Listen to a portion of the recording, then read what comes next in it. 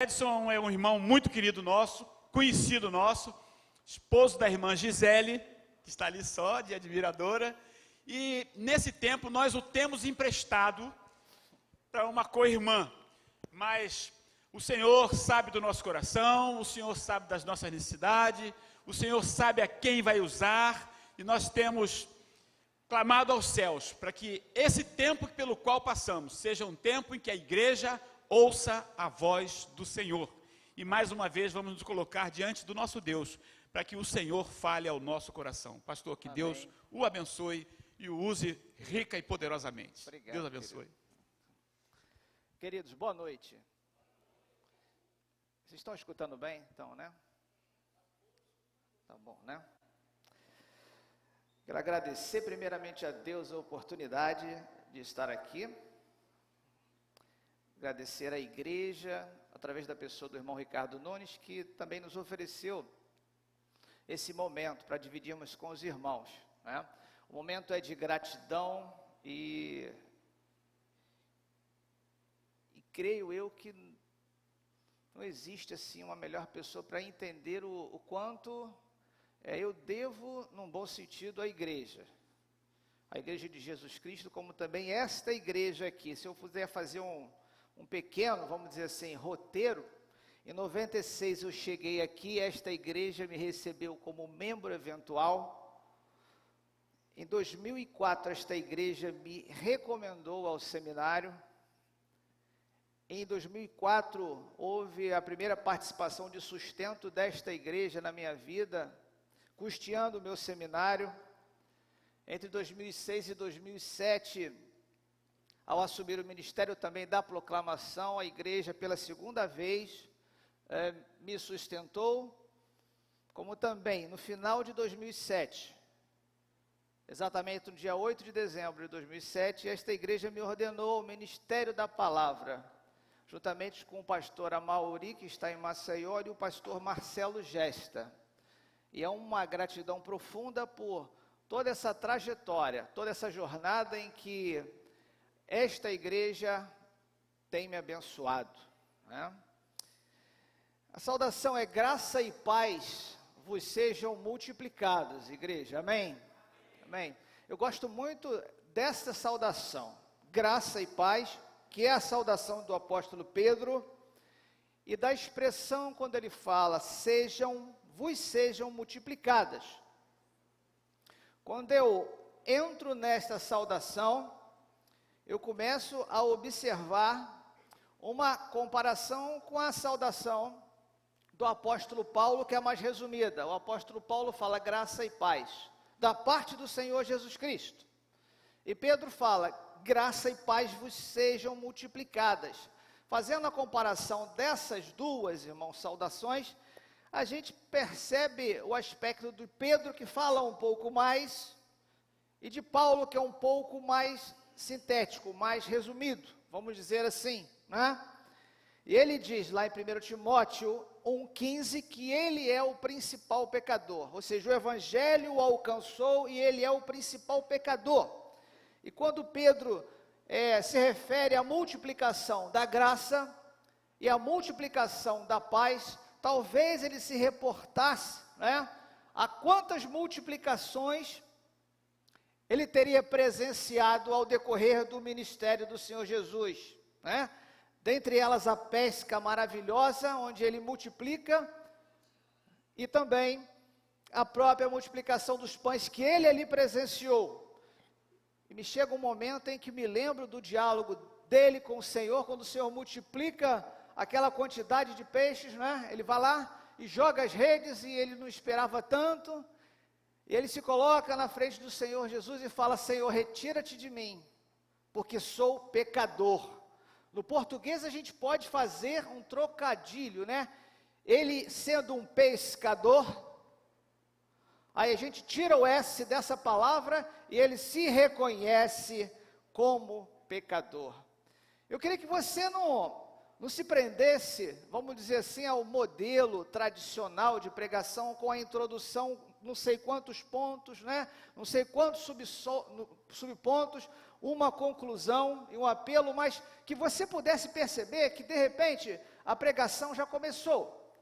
E a pregação, ela começa também com os louvores, ela começa com as orações, e tudo é uma mensagem de Deus para nós.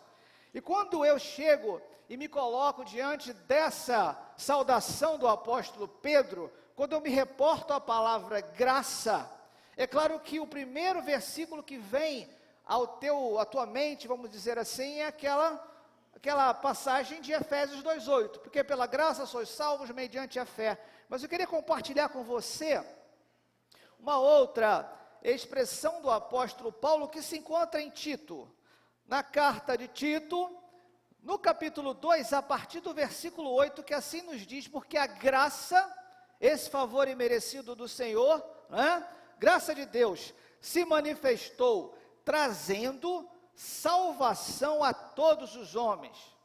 Salvação dada gratuitamente e salvação dada a todos, sem escolher.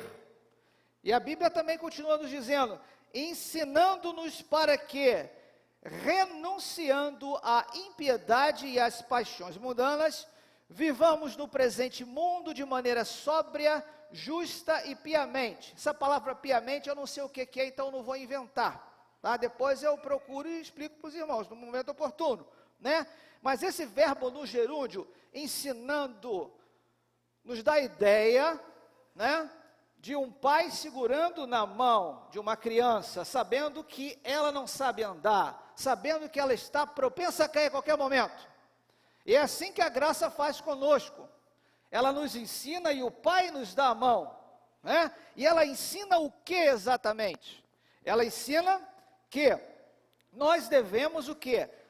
Abandonar as paixões mundanas, né? Ou seja, é uma recomendação, é um gerúndio. Irmãos, não espere um ato assim de santificação na sua vida rápido em que você vai se modificar para o resto da vida. A palavra diz, ensinando, ou seja, acompanhando para que haja essa renúncia em relação à impiedade e às paixões mundanas, e vivendo de maneira sóbria, equilibrada e justa. E o versículo 3 ainda fala, aguardando a bem-aventurada esperança e o surgimento da glória do nosso grande Deus e Salvador Jesus Cristo, né?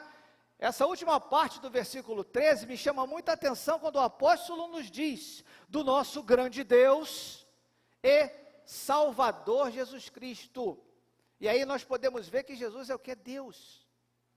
É o verbo que se fez carne, habitou entre nós, é o Emanuel, é o Deus conosco.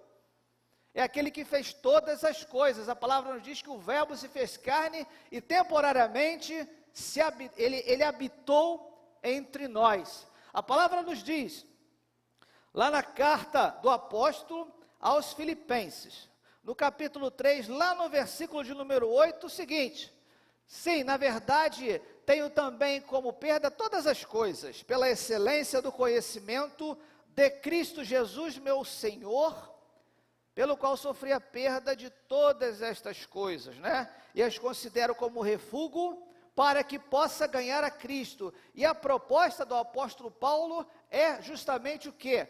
O conhecimento em excelência sobre a pessoa do nosso Senhor e Salvador Jesus Cristo. É conhecer Jesus Cristo na excelência, em todos os detalhes, como Salvador, como Senhor, como o Senhor do Pentateuco, aquele que é presente nos Salmos, nos Evangelhos e que está como Cristo ressurreto lá no Apocalipse. Esse é um conhecimento que ele traz como aquele conhecimento de excelência e aquilo que ele propõe para cada um de nós, conhecermos a Cristo em sua plenitude e em sua excelência.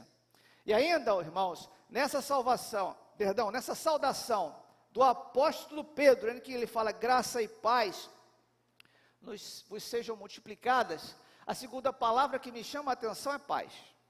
Paz que excede todo entendimento, paz que não depende de todas as circunstâncias estarem a nosso favor, mas é uma paz em que a gente se lembra o quê? Que justamente a condição de relação do homem com Deus era o quê? Uma condição de inimizade. A palavra nos diz, em João, no Evangelho segundo escrever João, no capítulo de número 3, no versículo de número 36, que é o último versículo do capítulo, fala assim: quem crê no Filho tem a vida eterna. O que, porém, desobedece ao Filho, não verá a vida, mas a ira de Deus permanece sobre ele. É interessante que a primeira palavra que o Senhor Jesus fala quando ele se apresenta para os seus discípulos, logo após a ressurreição, naquele ambiente fechado, ele fala o quê? Paz esteja convosco. Lá em Lucas 24, 36. Então, a impressão que temos é que ele chega e fala assim: olha, o momento da inimizade de Deus para com você terminou. Eu vim ao mundo, eu encarnei, eu aqui vivi, eu ressuscitei e transferi toda a ira de Deus que havia contra vocês para mim. E agora o desespero mais não existe. Eu transferi essa ira para mim através da propiciação. Eu me dei numa cruz do Calvário. Eu morri no teu lugar para te salvar. E o desfecho dessa situação é a reconciliação. Você que passou pela embaixada, você que foi o embaixador, né? Eu tinha um líder que falava assim: existiam alguns que foram embaixadores, existem uns que passaram pela embaixada, mas seja você um embaixador, seja você alguém que passou pela embaixada, você vai lembrar da sua divisa. O desfecho desse relacionamento é o quê? Lá em 2 Coríntios 5:20, o que a palavra nos diz? Lá no final, que vos reconcilieis o quê? Com Deus. Então, nesse desfecho já existe uma reconciliação do homem com Deus.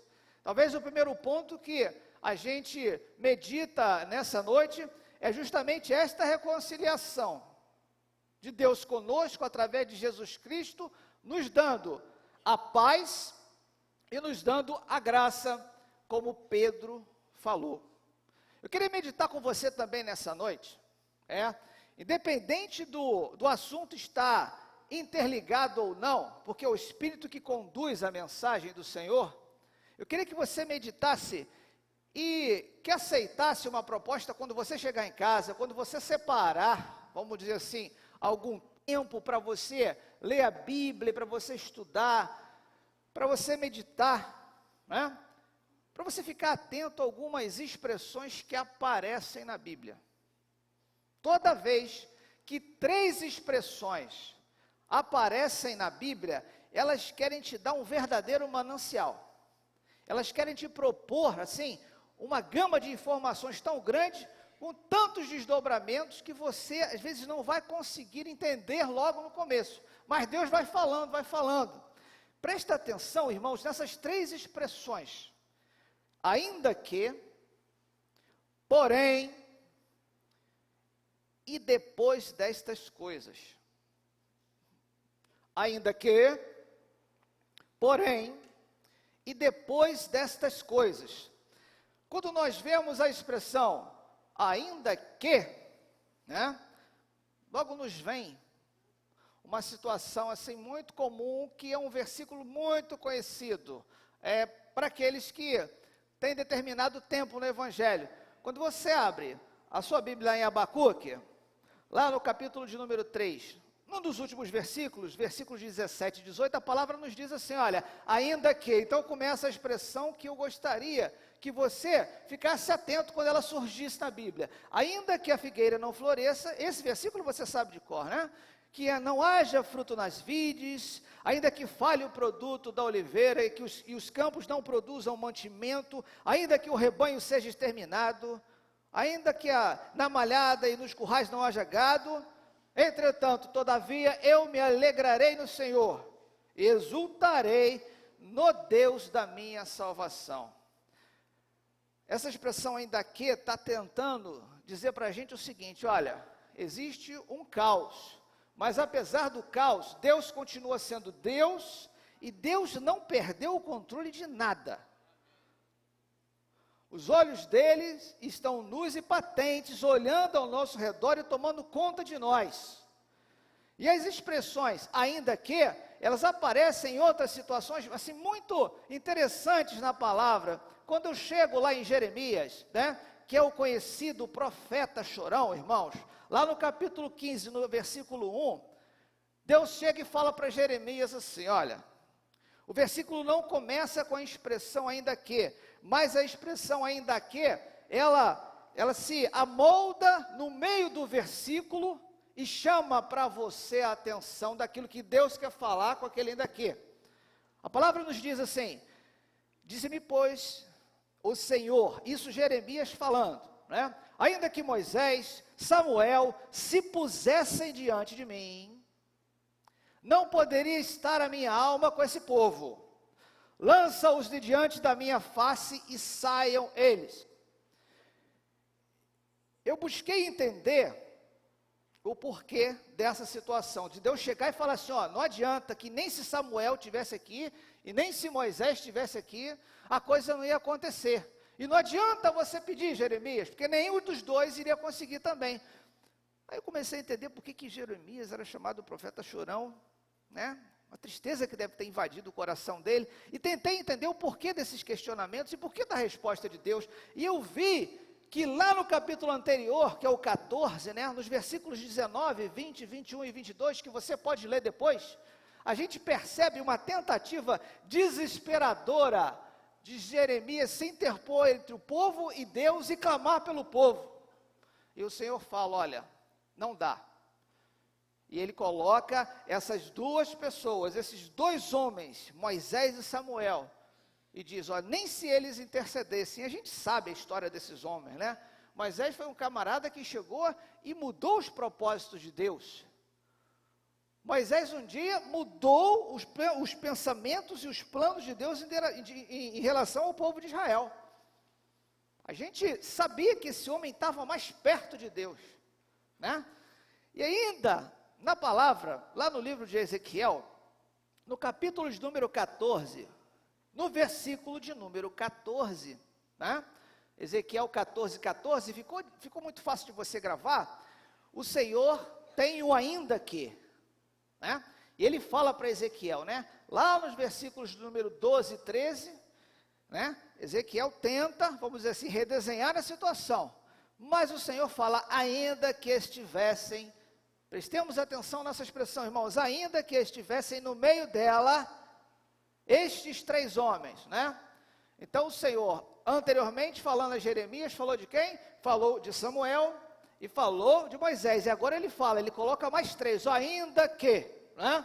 Noé, Daniel e Jó. Ele pega esses homens, né? Noé, Daniel e Jó, eles pela sua justiça livrariam apenas a sua própria vida, diz o Senhor, mas não conseguiriam livrar o povo das consequências do pecado. Então a gente vê um elenco de 5 homens, né, que vale a pena nós estudarmos a biografia desses homens, Moisés, Samuel, Noé, Daniel e Jó, mas não nos esqueçamos que Deus não faz acepção de pessoas, mas o pecado é um componente mascarador da relação. A relação de Deus com o homem, ela fica mascarada com um elemento chamado pecado. O pecado impede que o relacionamento e que as orações sejam atendidas. Uma outra expressão que eu gostaria que os irmãos prestassem atenção quando estivessem manuseando a Bíblia, é a palavra porém. Quando aparece a palavra porém na Bíblia, fica um pouco mais atento para aquilo que a palavra por si só fala e quer falar a você. A palavra, lá no segundo livro dos Reis, no capítulo de número 5, logo no versículo 1, né? Ela nos dá o currículo de um grande homem, um homem chamado Naamã, um general, e o relato da vida desse homem é impressionante. A palavra nos diz assim, ora, Naamã, chefe do exército do rei da Síria, era um grande homem diante do seu senhor, e de muito respeito, porque por ele o Senhor dera livramento aos sírios. A expressão aqui é interessante, né? Mesmo os sírios não sendo o povo de Deus, a palavra diz ali, olha, por ele, Naamã, com todo esse currículo general, cheio de vitória, o Senhor, né, deu vitória aos sírios. E a palavra diz, porém leproso. O porém está lá no final, e a palavra nos diz que todo mundo tem um porém. Todo mundo, né? Se a gente for analisar, todo mundo tem uma lepra espiritualmente falando a ser cuidada. E até mesmo esse elenco que eu coloquei para vocês aqui, né? Moisés, Samuel, Noé, Daniel e Jó, também tinham a sua lepra espiritual. A palavra nos diz que Noé, ele perdeu o equilíbrio e embriagou-se. E os seus filhos viram a sua nudez. Todos nós temos, irmãos, uma lepra espiritualmente falando a ser tratada. Todos nós, né? E a última expressão é, depois dessas coisas. Então, toda vez que aparecer na Bíblia um ainda que, um porém e um depois de todas essas coisas, ou melhor dizendo, um depois dessas coisas, é um convite para que nós fiquemos atentos àquilo que a palavra quer falar para nós com mais detalhe e com mais desdobramento. E lá em Gênesis, no capítulo 5, no versículo de número 1 e 2, já começa dizendo assim, depois destas coisas, né, veio a palavra do Senhor a Abrão, ainda Abrão, né, dizendo, não temas, Abrão, eu sou teu escudo, o teu galardão será grandíssimo. Ainda Abrão, né, ele fala, não tema, ou a ansiedade que corroía o coração de Abrão, e a ansiedade que corrói o nosso coração às vezes, principalmente porque nós não temos o controle de nada, às vezes nós pensamos que temos o controle de alguma coisa. Todas as coisas, irmãos, na nossa vida, precisam acontecer dentro de duas premissas, a premissa do espaço e a premissa do tempo. Só que o homem foi programado para viver um dia de cada vez, e quer viver o passado, o presente e o futuro todo junto. E a ansiedade pelo filho que não vinha, né? E o Senhor fala, olha, eu sou o teu escudo, prevendo um caos na tua vida. Olha, eu sou o teu escudo, né? Depois destas coisas, o Senhor fala, olha, não temas, deixa a ansiedade de lado. E ainda fala, eu sou o seu escudo, Abrão. Né? É o escudo que nos protege do caos, né? E existe alguém que é especialista em caos, que é Deus. Se você chegar depois, posteriormente, né, e abrir a sua Bíblia no primeiro capítulo, lá no Gênesis, né, você vai ver o seguinte, a terra era sem forma e vazia. E depois você vai ver, né, e disse Deus, haja luz, e houve luz. Ele vai e providencia o primeiro elemento para depois dividir tudo. E se você for lá e dissecar o texto, né, vamos dizer assim, você vai ver que ele começa a separar água para cá, água para lá, firmamento, e começa, né, transformar o caos. Mas ele chega e coloca o primeiro elemento, o elemento que era necessário para que o caos fosse o que? Redesenhado, que era a luz. E a luz do mundo é Jesus, como ele mesmo disse lá em João 8,12, né? Eu sou a luz do mundo, e aquele que me segue não andará em trevas. Três expressões, irmãos, que são muito interessantes nós nos atentarmos. Ainda que, porém, e depois dessas coisas, né? E eu vejo uma palavra muito interessante aqui, ainda nesse versículo. O teu galardão será grandíssimo, né? Eu volto a minha intenção agora para o conceito de galardão, né? Que é uma recompensa dada para alguém futuramente, no caso da vida cristã, aquilo que iremos ganhar do Senhor, quando estivermos nas mansões celestiais, e que está intrinsecamente ligado com coroa. O galardão, ele pede sempre uma coroa, e nós lembramos ao decorrer da Bíblia, né, a existência de várias coroas, né, a que nos vem mais em mente é a coroa da vida, né, aquela que Tiago fala, né, que é preparada para aqueles que vencem a provação.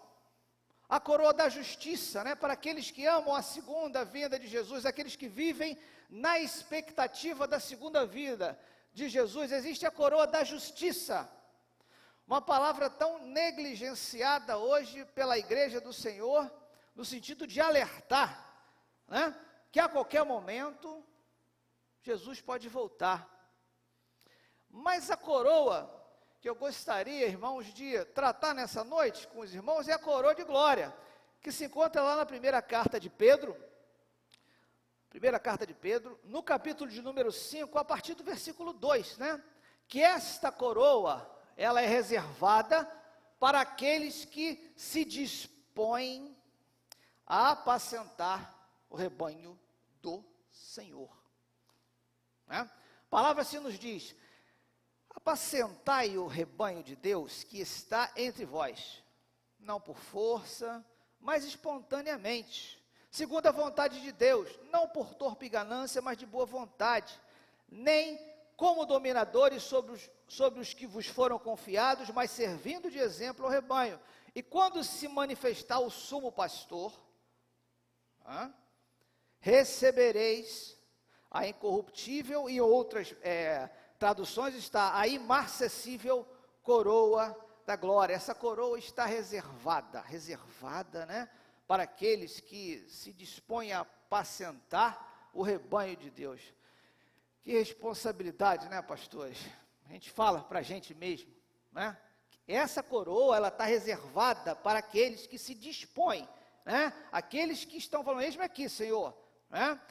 E a palavra apacentar, a gente procurou ver, né, em algumas versões, um significado um pouco maior, mais profundo, né? E lá naquela Bíblia, Pedro, que a gente de vez em quando dava uma olhada lá no teu gabinete, Bíblia de palavras-chave, né? Aquela Bíblia que a gente gosta bastante, na referência 4165, né? 4165, ela dá vários sinônimos para a palavra apacentar. Cuidar, alimentar, governar, guiar, guardar, conduzir, redarguir, né? Essa palavra aí tão difícil que eu aprendia desde adolescente, não sabia o que era, mas redarguir é ensinar fazendo. Como é difícil, né? Ensinar fazendo, né? Tudo isso, né, é o elenco, né, de sinônimos que compõem a palavra apacentar. Mas o porquê desse apacentar? O porquê disso? O porquê que Pedro fala do apacentar? O porquê de estar intrinsecamente ligado, né, o apacentar, aquele que se dispõe a apacentar o rebanho de Deus com a coroa de glória? Existe uma relação uma com a outra, sabe por quê? Porque a humanidade ela tem 6 medos principais, que o pastor deve estar ali dividindo com as ovelhas, caminhando com elas. Esses 6 medos, eu não tirei de trás da orelha. Esses 6 medos, eu vi na internet de um autor que eu gosto muito. O nome dele é Oliver Napoleon Hill. Esse autor já morreu em 1970 e ele consegue ser muito atual. E ele criou um elenco de medos, tá? Os 6 principais medos são esses, tá? Em algum momento da vida você vai se deparar com esse medo. Medo da crítica. Medo, né, de perder o amor de alguém. Dá para entender por que existe tanto feminicídio? Por quê? Porque existe o medo de perder o amor de alguém, que está lá nas cabeças, né? E os 4 últimos estão intrinsecamente ligados, que é o medo da velhice, da doença, da pobreza e da morte. Mas o que nós precisamos saber, apesar desses medos existirem, desses fantasmas, eles não podem nos dominar. Esse é o primeiro ponto. Não podemos estar dominados por esses medos. E o segundo ponto que eu quero falar com vocês é o seguinte: para cada medo desse, existe uma resposta e um socorro na palavra de Deus.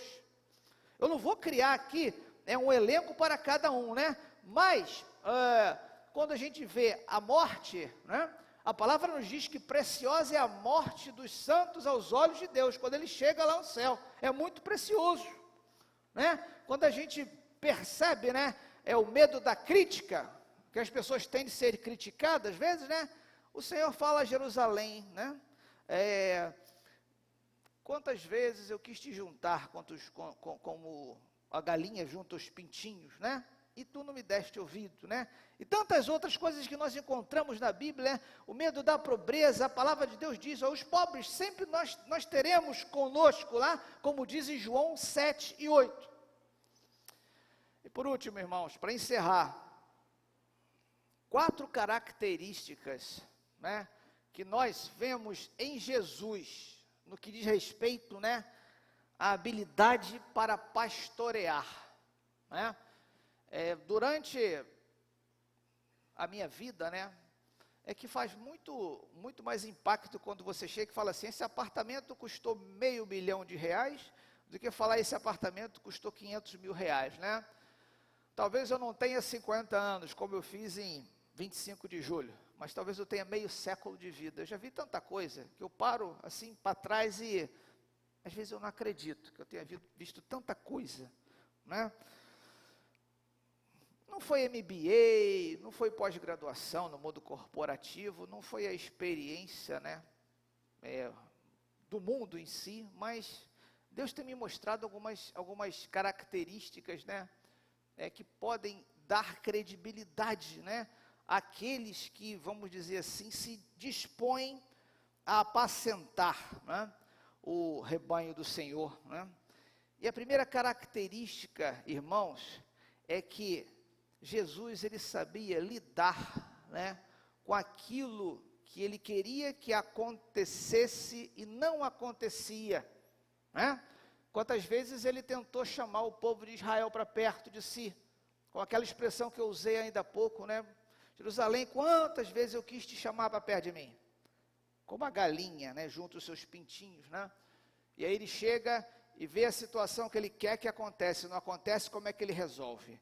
Ele resolve lá em Atos 1:8, que fala, né? Mas receberei poder ao vir sobre vós o Espírito Santo, e ser-me-eis testemunhas, tanto em Jerusalém, Judéia e Samaria, e até os confins da terra. Ou seja, ele pega o perímetro de Israel e estica até os confins da terra, ele resolve esse problema, né? Com aquilo que ele queria que acontecesse, né? Israel se convertendo, ele vai e estica para os gentios. A segunda coisa, sabe, irmãos, é que ele sabia lidar muito bem, né, com aquilo que ele não queria que acontecesse, mas acabava acontecendo. E aí a gente vê lá em Lucas 19, quando aqueles homens fizeram da casa de oração uma casa de vendas. E ele soube lidar com aquilo também muito bem, corrigindo toda aquela situação e expulsando os cambistas do templo, né? O terceiro, irmãos, vocês podem ter certeza, mas Jesus também sabia lidar com os seus limites. Mas como assim, Edson, seus limites? A palavra diz que ele é o Todo-Poderoso. A palavra diz lá na grande comissão que ele falou, é-me dado todo o poder nos céus e na terra, portanto, façam discípulos de todas as nações, né? Mas ele escolheu estabelecer um limite para ele mesmo, né? Lá em Mateus 24:36, ele resolveu não saber o dia da sua volta. Ele falou, todo mundo, ninguém sabe o dia que eu vou voltar, só o Pai, nem eu mesmo sei. E ele sabia lidar com isso muito bem, com aquilo que ele tinha como limite e que ele mesmo havia estabelecido. Ele escolheu, irmãos, não saber o dia do seu retorno. E por último, já encerrando a mensagem dessa noite, ele, como ninguém, sabia lidar com os nossos limites, né? E quando eu falo os nossos limites, ele está sabendo lidar com o teu limite individualmente, falando. E está sabendo lidar com o limite dos discípulos, né? E a gente vê essa habilidade de lidar com isso lá no capítulo 14 de Mateus, quando existe uma tempestade, em que os discípulos estão no barco, e o barco começa a chacoalhar, e está todo mundo lá desesperado, né? E ele chega andando por cima das ondas, né? E o barco simplesmente continua a chacoalhar. Então ele vê que naquele momento ali, a coisa não dá para os discípulos segurarem, mas ele continua olhando, né? Controlando a situação, e o desespero dos discípulos era tão grande que não reconhecem a chegada de Jesus. Pensam que é um fantasma, né? Os discípulos, né? Vamos fazer uma comparação à igreja, né? Ele conhece os limites das igrejas, conhece como a palma da mão. Aí chegou um outro também, que olhou, reconheceu que era o mestre, e falou assim, ó, eu quero ir com você, eu vou andar sobre as águas, né? E aí Jesus fala, venha. Só que ele, né, Pedro, né, começa a olhar para as ondas e começa a afundar, como indivíduo, né? E Jesus conhece os seus limites como indivíduo. Às vezes, irmãos, a gente pensa que dá para a gente alguma coisa, eu vou encarar, mas não dá. Jesus conhece o teu limite, às vezes a gente quer se projetar e não adianta, Deus não deixa, às vezes deixa a gente afundar, para no último momento chegar lá e ó, segurar a gente pela mão. E não deixar a gente afundar. É claro que existem muitas outras, né, formas de você justificar. Pedro tinha uma pequena fé, melhor do que não ter fé. Pedro foi o único que saiu do barco. Pedro foi aquele que falou, né, tu és o Cristo, o Filho do Deus vivo, né? Mas nesse momento, nós queremos dizer para os irmãos que cada um tem um limite. E Jesus soube lidar com o limite de Pedro, o segurando pela mão, né? Não deixando que ele afundasse. E também soube lidar com o limite dos discípulos, né? Mandando que o mar naquele momento se aquietasse, né? Muitos dizem, vamos dizer assim, que foi Satanás que levantou aquela tempestade. Isso aí são comentários, né, que a gente estuda, vamos dizer assim, por fora. A gente que se aplica um pouco mais a palavra, tem essa versão, né, porque lá do outro lado, o Senhor ia libertar o endemoniado, né? Mas a gente sabe que o Senhor conhece os nossos limites, individualmente falando, e como igreja também, né? Que o Senhor possa, tá, nos ajudar a identificarmos os nossos limites como indivíduos, como também como igreja do nosso Senhor e Salvador Jesus Cristo. Amém, queridos? Amém? Vocês podem ficar de pé?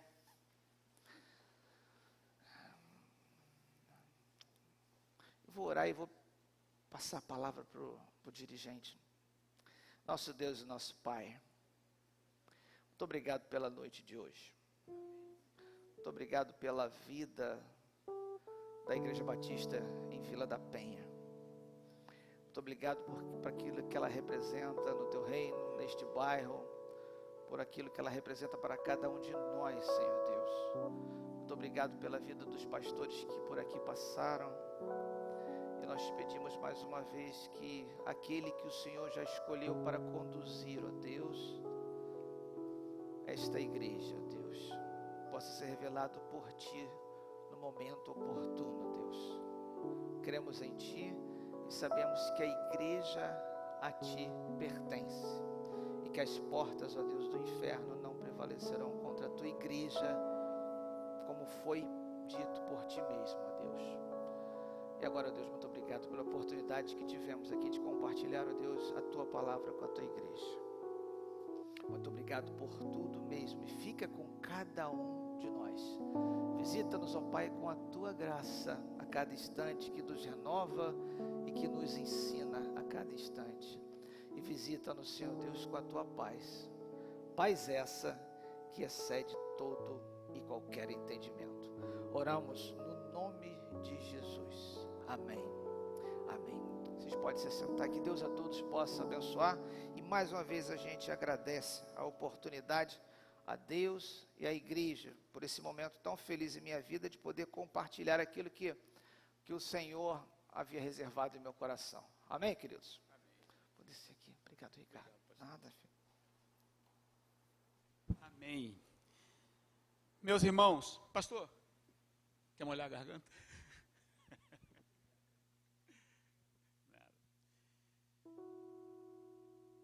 A minha palavra nesse tempo e nesse momento, depois dessa mensagem, do que eu ouvi, do que